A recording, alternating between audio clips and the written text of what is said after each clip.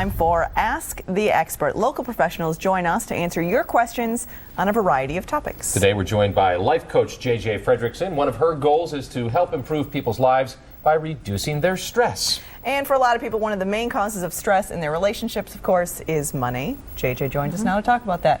Obviously, money is a big issue for couples. And since it's tax time, I thought I'd sort of talk about this subject for the next few weeks. And I've worked with a lot of clients on action steps to really get to their financial goals, whether it's saving more money or getting out of debt.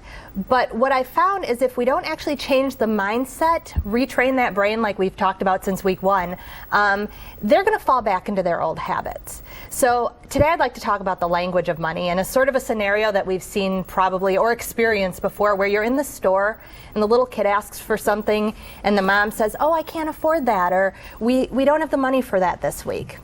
And what they're really doing is causing a response in the child. How does the child respond to that usually?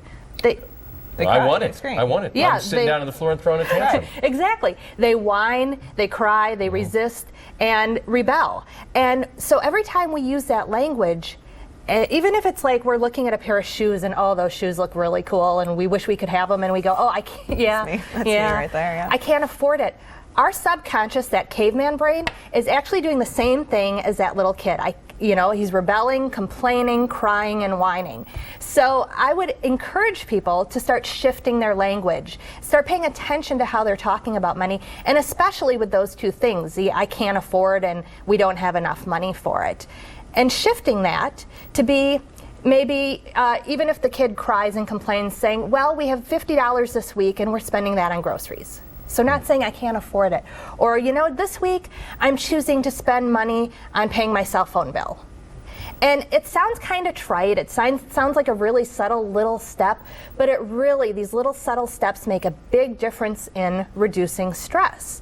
And obviously these same rules apply whether we're talking about dealing with our child or with our spouse. Exactly. And you can't expect the child or the spouse or your caveman brain to shift overnight. It's still going to cry and complain. I mean, it's not like you're going to give them this new answer and they're going to be like, oh, okay.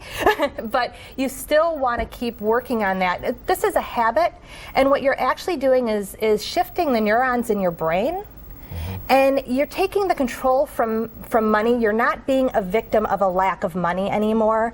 You're actually taking control of your money instead of letting your money control you. And again, it's really subtle, but this is really the first steps to start reducing that stress. And does it make people feel like internally, oh yes, I have more money, I just need to remind myself to be spending it on this and things you actually need rather than things you want? Exactly. It shifts that whole mindset again, so that you are looking at things in a whole different way, and you're using your advanced brain instead of that caveman brain we've talked about before. You're using your advanced brain, and you are shifting to be able to see where you can spend what you have instead of focusing on what you can't have and what you don't have. Good stuff. Okay. From Good JJ tips. Fredrickson.